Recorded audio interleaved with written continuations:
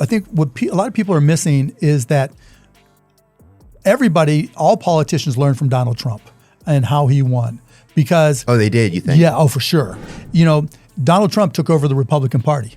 It was no longer the Republican Party, That's right? That's a great point. I never really thought about that. He took over, right? It's like whatever he wants. Mark Cuban just dropped a truth bomb on Trump that's bigger than his ego. And let me tell you, that's saying something. In a shocking TV moment, Cuban called Trump's hair more fake than his university diplomas. Ouch. Looks like someone's been taking notes from the Roastmaster General himself. Quick favor before we move on. If you appreciate this content, consider giving this video a like and subscribing to the channel. Believe it or not, more than 92% of viewers haven't subscribed yet. It's free and only takes a second, but it means the world to us. So did you subscribe already? Great. Thank you so much for your support. Now back to the video. And I don't want to be negative, whereas Donald is negative a lot, right? And so you hear talking about joyous and uplifting, what's going to bring people together.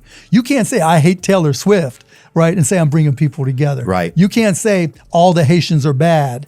I think I can understand why a lot of people vote for Trump, because he's had a history of being involved in a lot of shady business, right?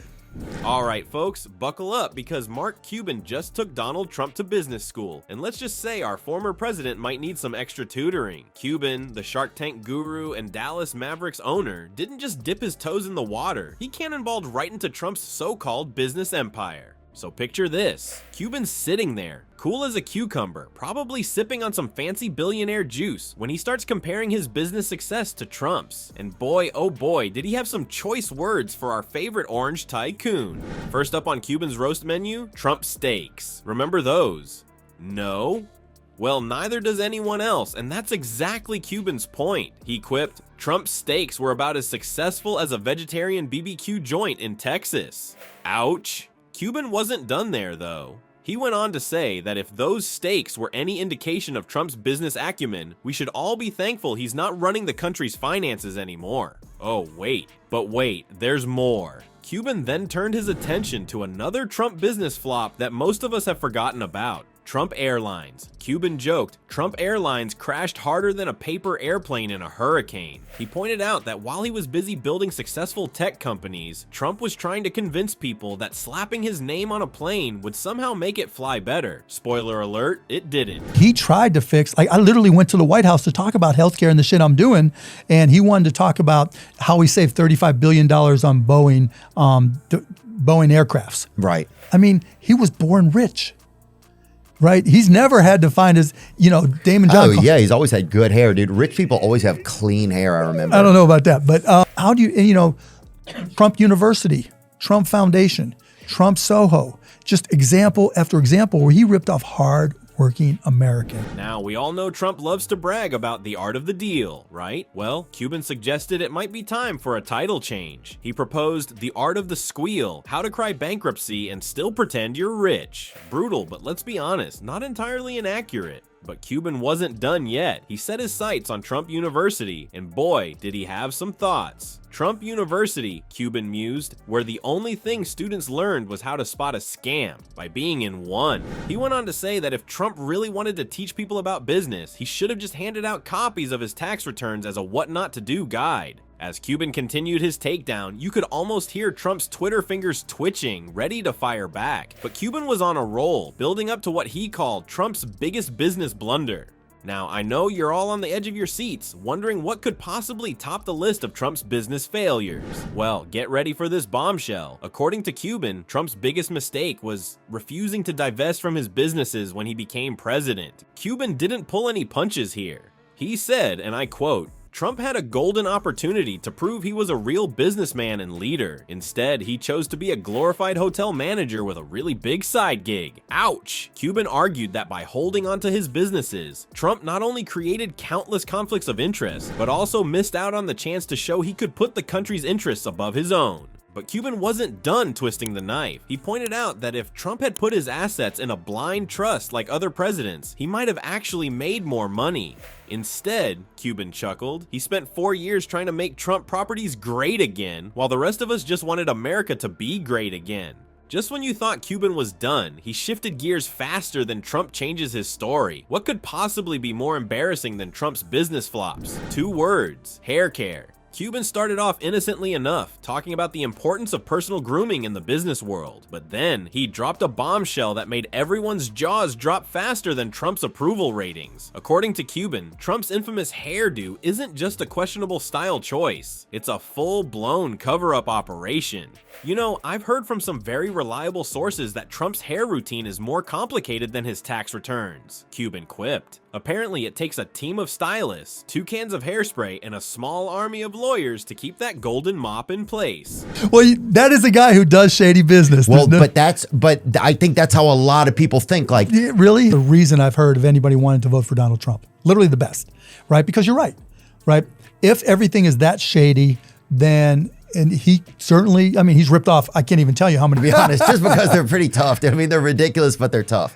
But I think he's got he loves being Donald Trump. Yes, he does. Undeniably. And I don't blame him for that. But Cuban wasn't done. He went on to remind everyone of that time Trump's hair had a mind of its own on Air Force One. Remember that viral video where Trump's hair was flapping in the wind like a distressed golden retriever? Cuban had some theories about that too. I'm telling you, that wasn't just a bad hair day, Cuban chuckled. That was Trump's hair making a break for it. It probably saw the poll numbers and decided it was time to jump ship. The Shark Tank star then drew a hilarious parallel between Trump's hair and his policies. It's all fluff, no substance, Cuban said with a grin. You try to get a closer look and it all falls apart, kind of like his healthcare plan, right? Cuban was on a roll, suggesting a new campaign slogan for Trump: "Make America's hairlines great again." I mean, if he can promise to bring back coal jobs, why not receding hairlines? Cuban joked, earning a roar of laughter from the audience. As the hair jokes kept coming, you could almost hear Trump's Twitter fingers twitching. But Cuban saved the best for last. He leaned in as if he was about to share a state secret and said, "You want to know the real reason Trump's so obsessed with windmills? It's not about birds or clean energy. It's because he's terrified a strong gust might blow his comb over all the way to Mexico." But the real kicker came when Cuban revealed a shocking truth about Trump's hair that even his closest allies didn't know. "I've got it on good authority," Cuban said, lowering his voice dramatically, "that Trump's natural hair color isn't blonde or orange. It's actually, wait for it, gray. Yep, plain old grandpa gray. All that gold? It's just an elaborate dye job to match his gilded toilets." The audience gasped. Could it be true? Was the golden mane nothing more than a bottle blonde illusion? Cuban nodded sagely. Think about it. Have you ever seen Trump's roots? No, because his hair team is more dedicated than his legal team, and that's saying something. With this hair-raising revelation, Cuban proved he could land a punchline better than Trump lands a comb-over. He wrapped up his coiffure commentary with a final zinger. You know, they say the truth will set you free. In Trump's case, it might also set his real hair free. And wouldn't that be a sight to see? Well, folks, it looks like Mark Cuban's not done playing truth or dare with Trump, except Trump's all out of truths, and Cuban's got a bottomless well of dares. Our favorite billionaire turned fact checker decided to take a stroll down memory lane, but instead of rose-colored glasses, he brought a magnifying glass and a lie detector. Remember when Donnie Diapers claimed he had a bigger inauguration crowd than Obama? Cuban's got some news for you, and it ain't fake. Turns out Trump's record-breaking crowd was about as dense as his understanding of climate change. Cuban pulled out the real numbers faster than Trump pulls out of international agreements. Spoiler alert, Obama's crowd was huger. But wait, there's more. Our orange friend loves to brag about being a very stable genius, right? Well, Cuban's got a different take. He pointed out that a stable genius probably wouldn't tweet at 3 a.m. about TV ratings or pick fights with teenage climate activists. Cuban joked, "If Trump's a stable genius, then I'm a humble, soft-spoken wallflower. Yeah, right, and I'm the Queen of England." Now, let's talk about Trump's favorite fairy tale, being a very successful businessman. Cuban's not buying it, and neither should you. He reminded everyone about Trump's string of bankruptcies, failed ventures, and that time he managed to lose money running a casino. A casino? That's like losing money selling water in a desert. Cuban quipped, "Trump's business acumen is so bad, he could probably bankrupt a lemonade stand in a heat wave."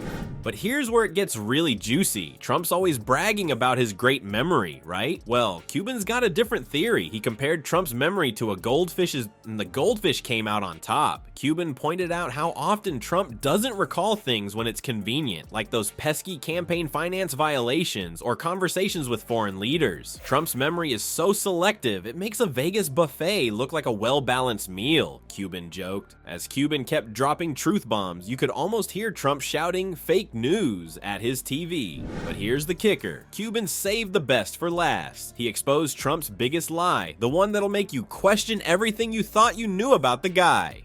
Ready for it? Trump's not actually a billionaire. Boom. Cuban claimed that Trump's net worth is more inflated than his ego. He pointed out that Trump's been caught inflating his assets to get loans and deflating them to avoid taxes. Trump's financial statements are like his spray tan, artificial, inconsistent, and they don't hold up under scrutiny, Cuban quipped. With facts flying faster than Trump's toupee in a windstorm, Cuban proved he's got more receipts than a compulsive Amazon shopper. He wrapped up his fact-checking frenzy with a zinger that'll have you spitting out your kafif.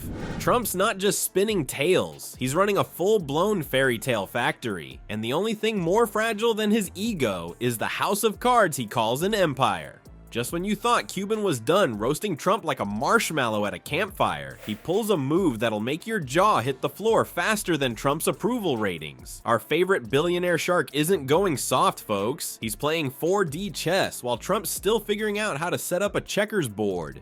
Cuban starts off with what sounds like the setup for another zinger. The audience is on the edge of their seats, probably thinking, oh boy, here comes another Trump burn hotter than his spray tan. But then, out of nowhere, Cuban's tone shifts. It's like watching a magician pull a rabbit out of a MAGA hat. You know it's coming, but you still can't believe your eyes. Look, again, I don't hate him. Really don't hate anybody. Yeah. Right? I respect him. Right? I just don't agree with him, and I don't think he'd be a good president. But, right? That's the whole job, right? That's why I turned on Trump, because he didn't pay attention to those details. It wasn't like he had a team that was like, I got this guy to do this, I got this guy to do that. Look, Cuban says, his voice suddenly serious. I've spent the last hour ripping into Trump like he's a piñata at a Democratic fundraiser. But there's one thing about the guy I've got to admit I admire. The studio goes so quiet you could hear a hair plug drop. Everyone's thinking, did Mark Cuban just say something nice about Donald Trump? Is this the Twilight Zone? Did we all eat some funny mushrooms?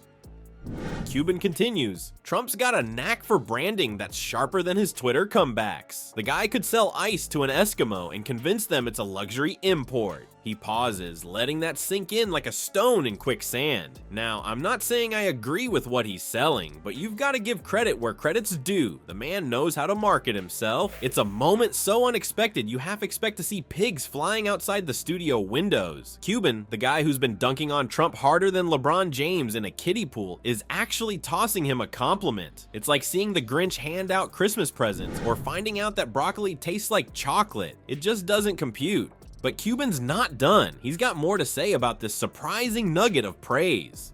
In business, being able to sell yourself and your product is crucial. And let's face it, Trump's been selling himself since his hair was actually real. He turned his name into a brand so recognizable, it's like the golden arches of the political world. The audience is still in shock, probably wondering if they've stumbled into some parallel universe where Cuban and Trump are best buds. But our maverick billionaire is quick to clarify. Now, don't get me wrong, just because you can sell snake oil doesn't mean you should, but in a world where attention is currency, Trump's got a money printing machine between his ears. Cuban goes on to explain why this trait matters, even in someone he disagrees with more often than a vegan at a barbecue contest. In politics, like in business, you need to be able to communicate your message effectively. Trump's got that down pat. He speaks in simple terms, repeats his points ad nauseum, and knows how to work a crowd better than a seasoned stand-up comedian.